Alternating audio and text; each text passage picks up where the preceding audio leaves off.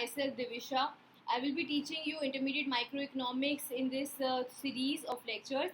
First, I will be discussing semester 3 course. After that, I will move on to semester 4 course.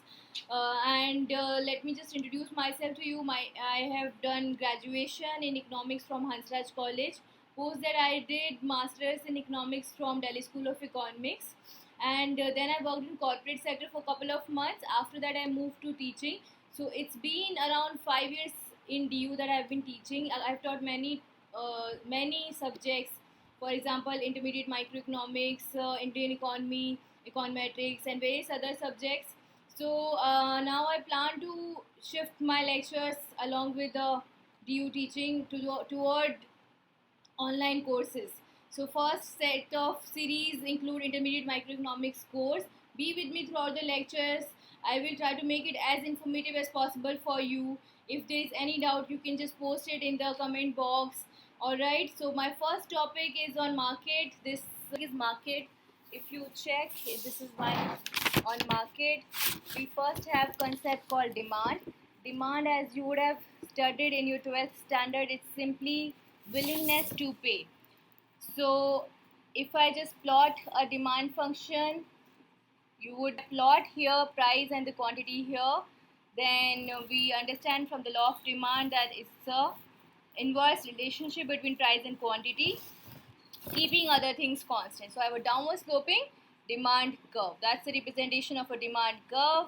And if I plot a demand curve function, so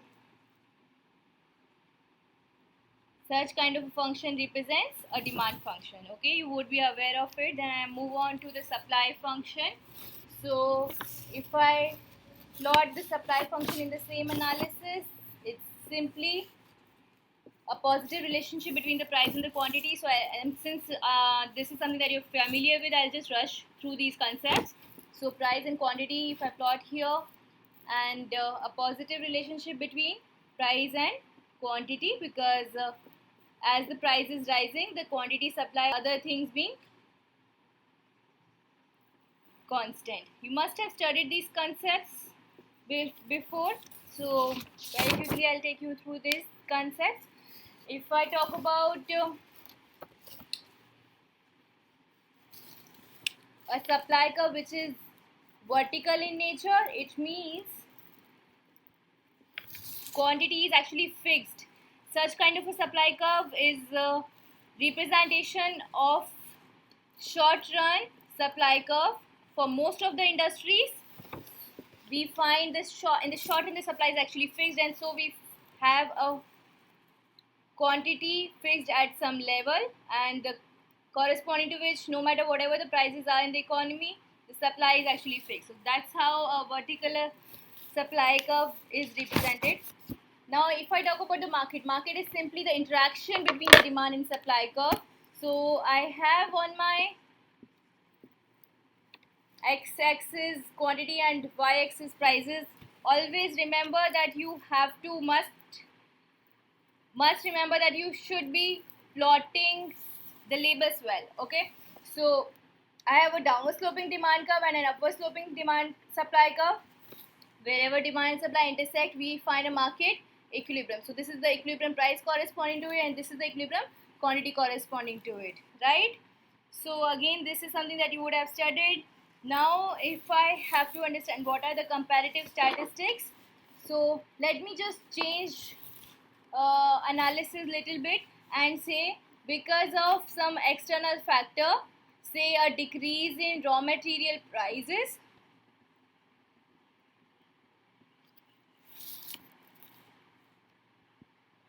suppose quantity supply increases.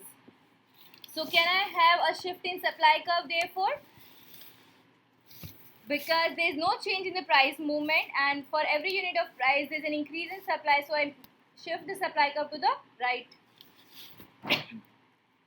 And what I find in the new equilibrium, where quantity, supply and the demand curve, wherever they intersect, I have a new equilibrium quantity here, which is an increased quantity, and the price has fallen corresponding to it. All this you must have studied in 12th and even in the first year of graduation. I'm sure you all have studied it. So I'm quickly therefore moving through these concepts. Okay, the next concept is talking about Pareto efficiency. When I talk about Pareto efficiency, so just understand this concept little bit, and later on when we study this topic as an entire chapter, we will understand the entire analysis behind it. Okay, so a Pareto efficiency, it means when you cannot make any individual better off without making the other one worse off. So it actually represents an optimum allocation of the bundle. So if an allocation, if there is a possibility that there can be or there exists a scope of improvement in the allocation of the resources, then we say the allocation is Pareto improvement, because there is a scope for improvement, and so we say such a kind of possibility as a Pareto improvement situation. However, when there is no scope of improvement, as in everyone is optimizing and there is no scope of making anyone else better off without making the other person worse off, we say such an outcome is Pareto efficient. Just understand the terminology as of now. We'll understand it later in detail. I move on to the next chapter. This is the budget constraint. If there are any doubts, you can actually post it in the comment box. Next is budget constraint. So when we understand budget constraint, let's understand what a budget is. Suppose there is a individual who's consuming two consumption bundle. In economics, when we talk about, this is a part of consumer theory, so we talk about any two consumer bundle that we have. Suppose there are only two consumer bundle that a consumer is actually consuming, say x1 and x2, and the M denotes the income level of the individual, P1 denote the price for x1, P2 denote the price for x2. Now if I have to write down the budget equation for this individual, since we assume here there is no saving, the entire expenditure is made from the income, so definitely my entire expenditure on x1 and x2, it's less than or equal to the income. So I can write the budget constraint like this: P1 x1 plus P2 x2 is less than equal to M.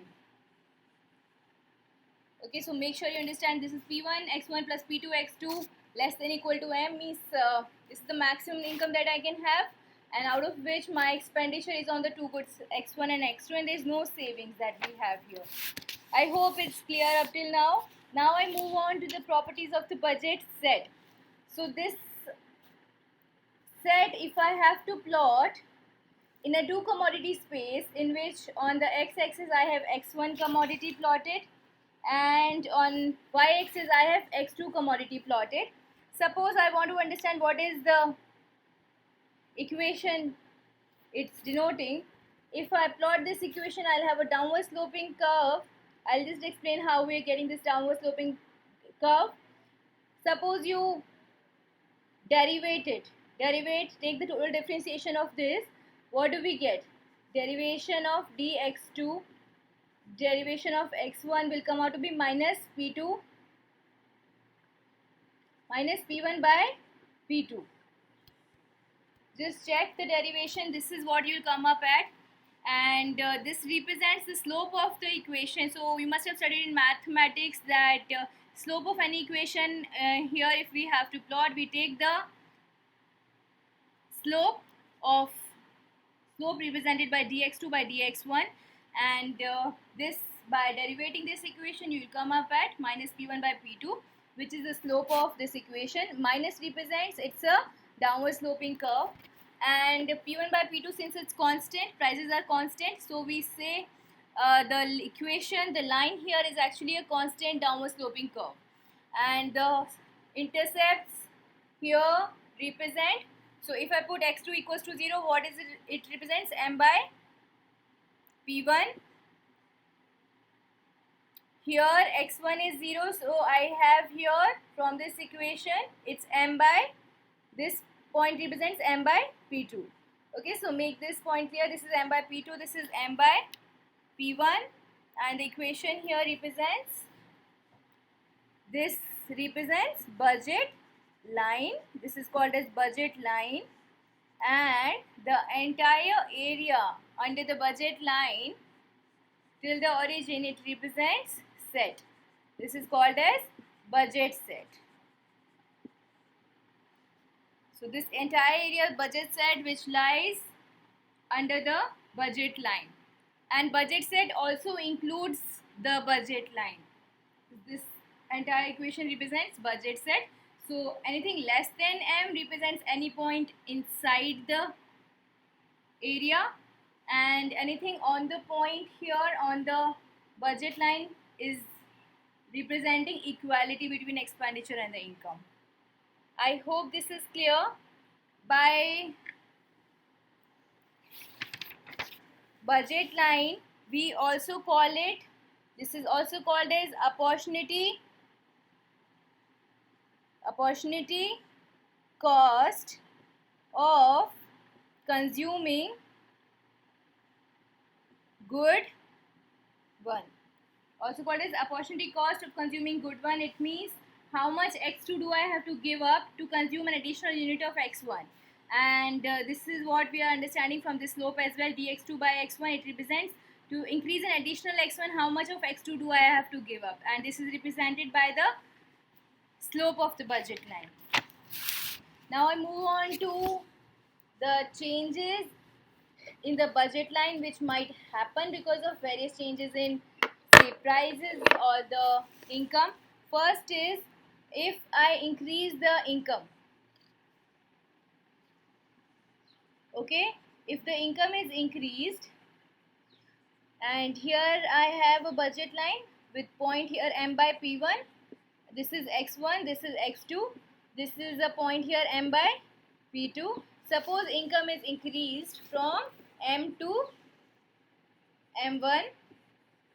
Suppose income is increased, so I have a shift of budget line rightward with a point here on x2, it represents m prime by p2 because income is increased, so I have another higher level of consumption of x2 given x1 is 0. So from the budget line that I have, p1 x1 plus p2 x2 equals to m, equation of a budget line. So I have, if x2 is 0, x1 is m by p1, and if income is increased to m prime, this becomes m prime by p1.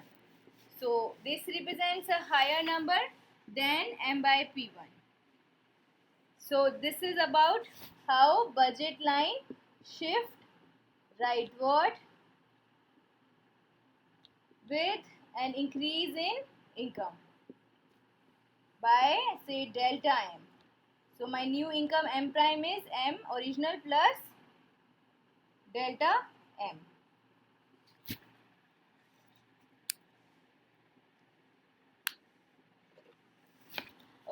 Next I move on to understanding how budget line changes if there is a change in the prices.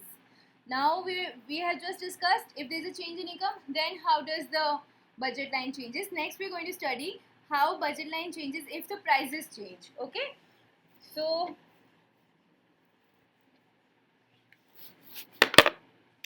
suppose I say P1 price of good one falls. Now we want to understand what is the impact on my budget line. So given my budget line was a downward sloping curve with x1, x2 here, this point representing m by p2, this point representing m by p1. Now if p1 has fallen, so can I say m by p1 will rise? So this rise, m by p1 will rise, it means it will move to a point like this. So I can write this, represent this point as m by p1 prime. So if p1 prime is less than p1, because the price has fallen, this is lower, due to which m by p1 prime is actually higher. Okay, but is there any change in the point intercept on the y-axis? Just think, in the budget line, P1 x1 plus P2 x2 equals to m. If I put x2, if I want to compute the value of x2 given x1 is 0, so even if price one of good one has changed from P1 to P1 prime, this value goes 0, and so the x2 intercept will not change, and therefore x2 will remain same at m by P2. So it moves from m by P1 to this, so it tilts rightward. There is no shift, parallel shift, it shifts rightward. The slope of this budget line changes. Initially the slope was P1 minus P1 by P2, negative slope representing a down sloping curve. Now the slope is changed to minus P1 prime by P2. So P1 prime is lower than P1, and therefore it has become more flatter. I hope you understand this thing, that steeper the curve, higher is the slope, and flatter the curve, lower the slope. So the slope minus P1 prime by P2 is actually representing a lower slope compared to the slope here. I hope this is clear. Now this was regarding a decline in P1 price. Suppose the price of good one had increased rather. Now if it had increased, there would have been a reverse analysis, reverse movement in the budget line, and it would have moved. If this is x1, x2 here, this represents m by P2, this is m by P1. So suppose now the P1 prime is greater than P1, which means the price has increased.